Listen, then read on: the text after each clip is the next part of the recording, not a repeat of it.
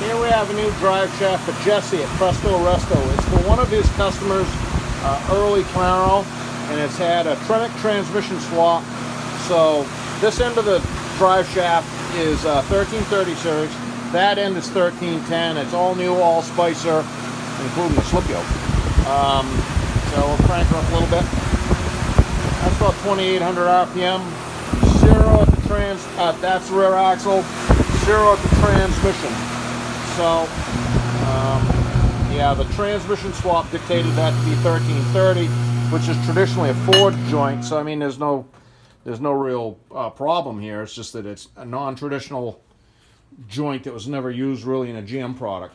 And so that made this, the original shaft, which is 2 3/4, unusable because there are no 1330 weld jokes easily accessible without making something to go to put 1330 in 2 3/4 inch tubing.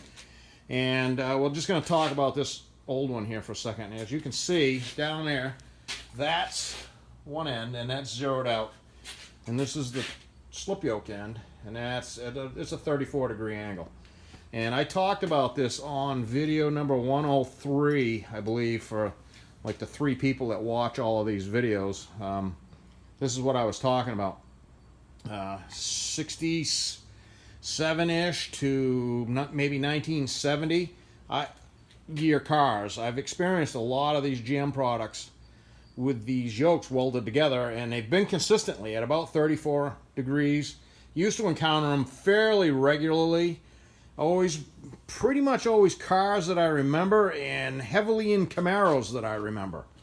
Doesn't mean it was just those, but you know, that's what I predominantly.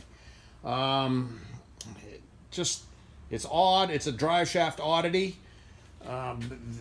Somebody did it for a reason. I don't believe that this is accidental. I mean, they've been too consistent at that angle. This is factory. It's never been cut.